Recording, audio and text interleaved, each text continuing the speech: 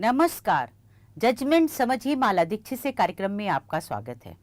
आज मैं आपके साथ चर्चा करूंगी वक्फ संशोधन अधिनियम 2025 के बारे में आए सुप्रीम कोर्ट के ताजा फैसले की।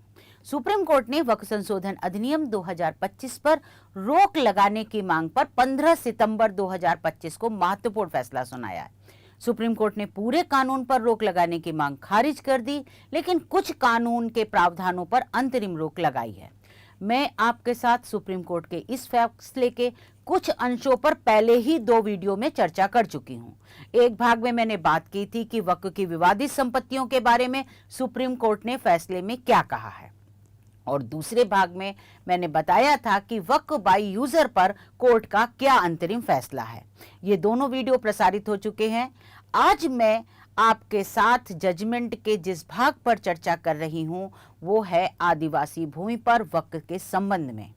सुप्रीम कोर्ट ने अपने आदेश में आदिवासी भूमि को वक्फ संपत्ति घोषित करने पर रोक बरकरार रखी है। आदेश का ये हिस्सा बहुत अहम है क्योंकि याचिकाकर्ताओं की ओर से मांग की गई थी कि कोर्ट वक्फ संशोधन कानून के इस प्रावधान पर रोक लगा दे, लेकिन कोर्ट ने ये मांग ठुकरा दी है। तो सुप्रीम कोर्ट ने आदिवासी भूमि को वक्फ संपत्ति घोषित करने पर रोक लगाने वाले प्रावधान को बरकरार रखा है। चीफ जस्टिस BR गवई और जस्टिस अगस्टिन जॉर्ज मसीह की पीठ ने कानून के इस उपबंध को बरकरार रखते हुए अपने फैसले में कहा है कि संशोधित कानून में इस प्रावधान को हमारे देश के सबसे कमजोर वर्गों में एक यानी अनुसूचित जनजातियों के हितों की रक्षा के लिए बनाया गया। यानी कोर्ट ने कहा है कि ये प्रोविजन बहुत इंपॉर्टेंट है क्योंकि जो तबका हमारे समाज में सबसे कमजोर में से एक है, जिसको हम शेड्यूल ट्राइब्स कहते हैं, आदिवासी कहते हैं या अनुसूचित जनजाति कहते हैं, उनके हितों की रक्षा के लिए ये प्रोविजन बनाया गया है।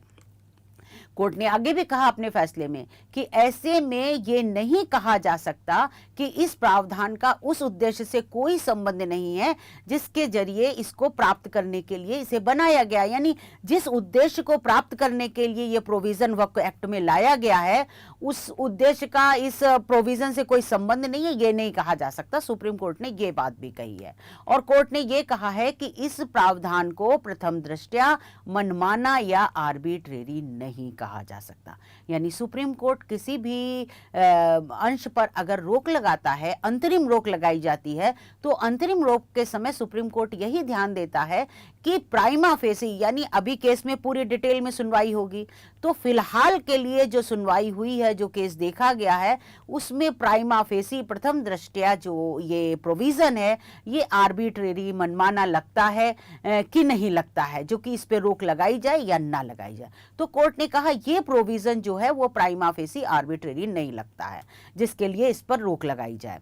तो मैं आपको यहां बता दूं कि वक्फ संशोधन कानून 2025 की धारा 5(3)E कहती है कि अधिसूचित या आदिवासी क्षेत्र की जमीन वक्फ नहीं घोषित की जा सकती। बहुत क्लियर कट कहा गया है कानून में कि जो नोटिफाइड एरिया है, ट्राइबल एरिया नोटिफाइड, आपको पता होगा कि शेड्यूल 5 और शेड्यूल 6 में नोटिफाइड एरिया घोषित किया जाता है। जो आदिवासी जमीन होती है उसके कुछ स्पेशल राइट होते हैं आदिवासियों को। तो ये जो प्रोविजन है वक्फ कानून का, वक्फ संशोधन कानून का, वो कहता है कि जो अधिसूचित या आदिवासी क्षेत्र की जमीन होगी उसे वक्फ नहीं घोषित किया जा सकता। इस धारा में कहा गया है कि आदिवासी यानी अनुसूचित जनजाति वर्ग के व्यक्ति की किसी जमीन को वक्फ संपत्ति नहीं घोषित किया जा सकता। याचिकाकर्ताओं ने इस प्रावधान पर अंतरिम रोक लगाने की मांग की थी। उनका यह भी कहना था कि ऐसा थोड़ी ना है कि आदिवासी क्षेत्र में कोई मुस्लिम रहता नहीं, इस्लाम धर्म को मानने वाले नहीं रहते, और अगर वो रहते हैं और वो वक्फ करना चाहते हैं तो उनके तो हित प्रभावित होंगे क्योंकि वो उसमें बाधा है, वो कर ही नहीं सकते। ये उन लोगों ने कोर्ट में दलील दी थी, लेकिन कोर्ट ने उनकी ये मांग, ये दलीलें सब ठुकरा दी और किसी तरह की रोक इस प्रोविजन पर नहीं लगाई है। कोर्ट ने उनकी मांग खारिज कर दी। कोर्ट ने मांग खारिज करते हुए अपने फैसले में कहा है कि आदिवासियों के हित संरक्षित करने के लिए ये प्रावधान बनाए गए हैं। कोर्ट ने कहा है कि ज्वाइंट पार्लियामेंट्री कमेटी यानी JPC ने भी इस कानून पर विचार करते समय पाया कि बहुत से ऐसे मामले हैं। अब देखिए यहाँ पर सुप्रीम कोर्ट ने क्या नोट किया है कि जेपीसी ने भी, आपको पता होगा कि वक्फ संशोधन कानून जेपीसी के पास गया था विचारार्थ, तो जेपीसी जब इस पर विचार कर रही थी तो उस समय उसने पाया कि ऐसे बहुत से मामले हैं जिनमें 5वीं और 6ठी अनुसूची के तहत अधिसूचित आदिवासी क्षेत्र की जमीनें वक्फ संपत्ति घोषित की गई हैं। और जेपीसी ने यह भी नोट किया कि इन आदिवासी क्षेत्रों की जमीनों को वक्फ संपत्ति घोषित करने से इन सांस्कृतिक अल्पसंख्यकों, जो आदिवासी हैं उन्हें कल्चरल माइनॉरिटी माना जाता है, तो इन सांस्कृतिक अल्पसंख्यकों के अस्तित्व को गंभीर खतरा पैदा हो गया। ये जेपीसी ने नोट किया था अपनी रिपोर्ट में।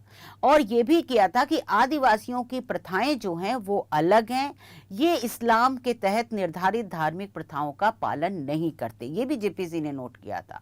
तो सुप्रीम कोर्ट ने फैसले में कहा है कि इसलिए जेपीसी यानी ज्वाइंट पार्लियामेंट्री कमेटी ने जो कहा है कि संविधान निर्माताओं द्वारा इन्हें दिया गया संरक्षण, इन्हें का मतलब है आदिवासियों को दिया गया संरक्षण हर कीमत पर बरकरार रखा जाना चाहिए। ये जेपीसी ने अपनी सिफारिश की थी रिपोर्ट में। कोर्ट ने जेपीसी रिपोर्ट की इस सिफारिश में कही गई बातों को नोट करते हुए आदिवासी अधिसूचित क्षेत्र की जमीनों को वक्फ घोषित करने पर रोक लगाने वाले प्रावधानों को जायज ठहराया है, यानी उनको बरकरार रखा है और ठीक माना है। कोर्ट ने कहा है कि हमारे देश के सबसे कमजोर वर्गों में से एक आदिवासियों के संरक्षण और सुरक्षा के उद्देश्य से लाए गए इस प्रावधान को प्रथम दृष्टया यानी पहली निगाह में मनमाना नहीं कहा जा सकता, जो कि इस पर रोक लगाई जाए। और कोर्ट ने इस प्रावधान पर रोक लगाने से इनकार कर दिया है, जिसका मतलब ये हुआ कि अधिसूचित आदिवासी क्षेत्र की जमीनों को या आदिवासी व्यक्ति की जमीन को वक्फ संपत्ति नहीं घोषित किया जा सकता। मैं यहाँ आपको बताती चलूं कि नॉर्थ ईस्ट रीजन यानी उत्तर पूर्वी राज्यों का बहुत सा भाग 5वीं और 6वीं अनुसूची में यानी शेड्यूल 5 और शेड्यूल 6 के तहत आदिवासी क्षेत्र घोषित है। इसके अलावा विभिन्न राज्यों में भी आदिवासी बाहुल्य वाले कई हिस्से अधिसूचित आदिवासी क्षेत्र घोषित हैं। इसमें आपको मध्य प्रदेश का भी मिल जाएगा, झारखंड का भी मिल जाएगा, जहां आदिवासी बाहुल्य लोग हैं।